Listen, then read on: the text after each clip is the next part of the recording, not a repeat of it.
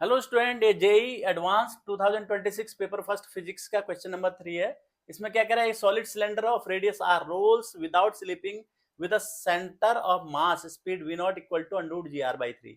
On a horizontal surface with a vertical edge edge shown in the figure. Here g is the acceleration due to gravity at the moment when the cylinder loses contact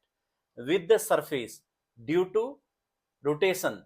around the corner. The speed of its corner of center of mass is. कहानी बड़ी interesting है। इसमें क्या है कि दो concept यहां पर लगेंगे। एक तो ये जब इसको छोड़ेगा, सरफेस को छोड़ेगा, तो सरफेस पर जब छोड़ेगा तो उसके लिए क्या कंडीशन बनेगी। दूसरा, law of conservation of energy, यानी जितना भी काइनेटिक एनर्जी जब ये छोड़ के यहां नीचे को आएगा, इससे कॉर्नर के अराउंड ये रोटेट होगा, तो रोटेशन से पहले उसकी जो है कितनी टोटल काइनेटिक एनर्जी थी और कितनी पोटेंशियल एनर्जी थी, और जब वो छोड़ है उसमें उसकी काइनेटिक एनर्जी कितनी, पोटेंशियल एनर्जी है। तो क्या होगा कि जो गेन इन काइनेटिक एनर्जी होगी, final kinetic energy minus initial kinetic energy gain निकल जाएगी, और ऐसी पोटेंशियल एनर्जी निकल जाएगी, final potential energy initial potential energy minus final, ये लॉस उसमें पोटेंशियल एनर्जी में लॉस हो जाएगा। तो दोनों पोटेंशियल एनर्जी जो लॉस इन पोटेंशियल एनर्जी को गेन इन काइनेटिक एनर्जी के बराबर कर देंगे, तो हमारा क्या आ जाएगा, ये दूसरी कंडीशन आ जाएगी। दोनों कंडीशन से हम जो है यहाँ पर स्पीड निकाल लेंगे, बस ये करना है, इसमें और कुछ है नहीं। देखिए, तो पहले हम लगाते हैं, पहले थोड़ा सा देखिए क्या बनेगा। यहाँ मैं फिगर बनाऊँ, ये कॉर्नर है, यहाँ पर ये कॉर्नर है, इसका कॉर्नर है। तो मैं ये सिलेंडर नहीं बना रहा हूँ, सॉलिड सिलेंडर नहीं बना रहा हूँ, इसका सेंटर बना रहा हूँ, सेंटर मास। ये सेंटर मास है, ये ठीक जब इसके ऊपर है, कॉर्नर के ऊपर,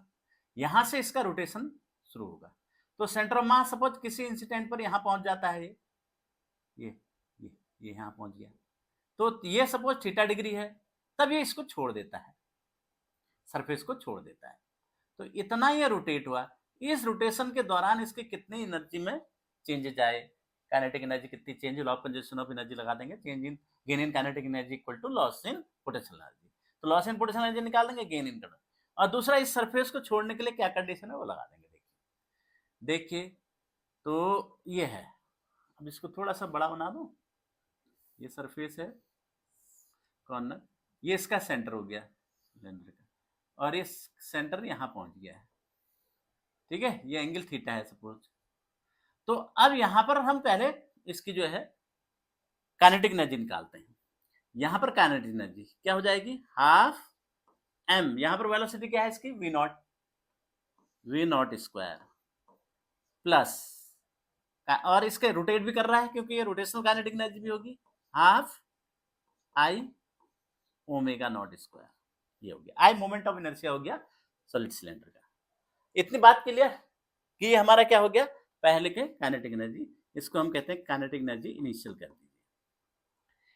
अब क्योंकि ये स्लिप नहीं हो रहा है, खाली रोटेट हो रहा है विदाउट स्लिपिंग, रोल हो रहा है, तो रोल में क्या हो जाएगा फिर, ओमेगा नॉट किसके बराबर होगा, वी नॉट बाई आर। तो यहां रख देते हैं, तो half M V naught square plus half I, solid cylinder का उसके एक्सिस के about moment of inertia I कितना होता है, क्या होता है, सॉलिड सिलेंडर का उसके एक्सिस के about moment of inertia 1/2 mr square, R radius हो गया, तो 1/2 mr स्क्वायर ये आ गया आई की जगह, ओमेगा नॉट कितना हो गया, V naught square upon R square, ये हो गया।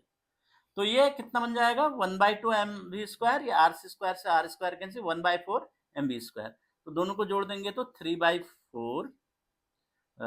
m v नॉट स्क्वायर, ये हो गया। इतना आ गया, ये initial kinetic energy. Final kinetic energy, बस अंतर इसमें है कि यहाँ पर जब ये छोड़ेगा इसको, यहाँ पर ऐसे रोटेट होके यहाँ तक आया, ये इसका सेंटर ऑफ मास, यहाँ पर छोड़ देगा, यहाँ पर छोड़ेगा तो यहाँ पर क्या है, v वेलोसिटी है सपोज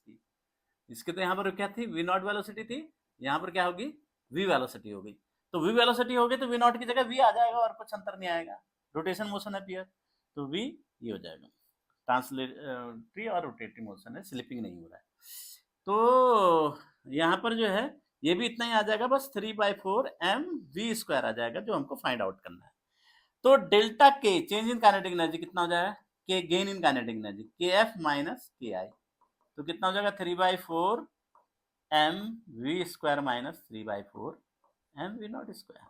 बस ये हमारा आ गया। अब पोटेंशियल एनर्जी देखिए, यहां पर ये इसका रेडियस आर है, यहां पर इसकी पोटेंशियल एनर्जी, यहां पर mg वर्क कर रहा है नीचे की ओर, तो mgh ग्रेविटेशनल पोटेंशियल एनर्जी होगी mgh, यानी initial potential energy mgh minus, क्योंकि इसमें पोटेंशियल एनर्जी लूज होगी नीचे को आएगा, तो पोटेंशियल एनर्जी में लॉस हो रहा है, तो यहाँ पर mgr initial minus final, minus final कितनी हो जाएगी, यहाँ पर इसकी हाइट कितनी है देखिए, यहाँ से mgh इसके भी लगाओ, ये हाइट कितनी हो जाएगी, देखो ये r है, ये भी सेंटर ऑफ मास है, तो ये r cos थीटा हो जाएगा, तो r cos theta that is minus mg r cos theta हो जाएगा इसका, तो लॉस इन पोटेंशियल एनर्जी हो जाएगी डेल्टा यू। अब ये दोनों बराबर होने चाहिए, डेल्टा के equal to delta you,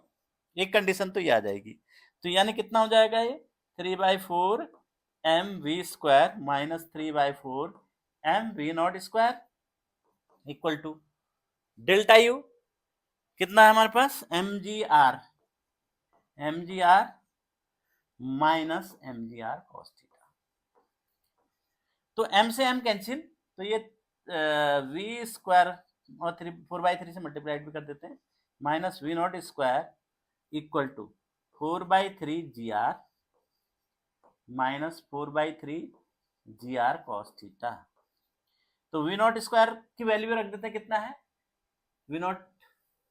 root gr/3, तो ये क्या हो जाएगा gr/3 हो जाएगा, gr/3 उधर ले जाएंगे, वी स्क्वायर प्लस का हो जाएगा, gr/3 इसमें जोड़ देंगे तो कितना आ जाएगा 5/3 gr minus 4/3 gr cos theta. ये जनरल एक्सप्रेशन हो गया वेलोसिटी का, कहीं पर भी जो है थीटा डिग्री पर अगर वो रोटेट कर रहा है तो इतनी होगी, परंतु हमको जनरल थीटा पर नहीं पूछा है, बल्कि कहां पर कि जहां पर ये इसको छोड़ेगा, तो जहां पर वो छोड़ेगा वो थीटा निकाल लो, वहां पर कहां पर छोड़ेगा ये देखिए, यहां पर छोड़ा है हमने माना थीटा पर, थीटा की इस पर्टिकुलर वैल्यू पर, तो देखिए इसके यहां पर क्या mg एक नीचे को वेट एक्ट करेगा, अब इस पर जो है एक रिएक्शन, ये क्योंकि इसके कांटेक्ट में है, यहाँ पर कॉस्ट छोड़ा है, तो एक रिएक्शन लग जाएगी n, और एक यहाँ पर ये थीटा है तो ये भी थीटा, तो mg cos थीटा ये होगा, तो इसको बने रहने के लिए क्या होना चाहिए, ये mb स्क्वायर r ये क्या होना चाहिए mg cos theta minus n से बड़ा होना चाहिए, और जब ये छोड़ेगा जस्ट तो इसके बराबर हो जाएगा, यानी mb स्क्वायर अपॉन r किसके बराबर होना चाहिए, फिर यहाँ पर mg cos इनर रेडियस के अलोंग जो फोर्स लग रहा है, ठीक है, अंदर की ओर कोई सर्कुलर पाथ है, इसका मोशन है सर्कुलर पाथ मेंटेन करने के लिए mb स्क्वायर अपॉन r लगेगा, centripetal force mg cos theta minus किसके बराबर हो जाएगा, ये n के बराबर। अब ये इसको छोड़ना है इस स्टैंड पर, तो ये n क्या है, कोई रिएक्शन नहीं रहेगी तो ये छोड़ देगा, जब जस्ट छोड़ेगा तो रिएक्शन जीरो, तो रिएक्शन जीरो तो n जीरो हो जाएगा, तो यहां से mv square upon r equal to mg cos theta आ जाएगा, तो m से m cancel, v square equal to rg cos theta, ये vr की यहाँ से भी आ गई v की वेलोसिटी यहाँ से भी निकाल सकते हैं, परंतु अब यहाँ पर थीटा पता नहीं है, तो दोनों को इक्वेट कर दो, r cos theta equal to rgb है gr cos theta equal to 5/3 gr minus 4/3 gr cos theta, तो ये gr cos थीटा यहाँ ले जाएंगे 4/3, तो कितना हो जाएगा 4/3 और plus 1 7/3 gr cos theta equal to 5/3 gr, तो यहाँ से 3 से 3 कैंसिल, gr से gr कैंसिल, तो cos थीटा की वैल्यू कितनी आ जाएगी 5/7, तो यहाँ पर इतने एंगल पर छोड़ेगा, cos थीटा की इस वैल्यू के लिए वो वहां पर छोड़ देगा इसको, तो cos थीटा की जगह 5/7 रख देंगे, तो v स्क्वायर कितना हो जाएगा, फिर v square equal to 5/3 gr minus 4/3 gr cos theta की जगह 5/7, तो v स्क्वायर की वैल्यू क्या बनेगी, फिर ये v स्क्वायर इक्वल टू देखिए ये हो गया 21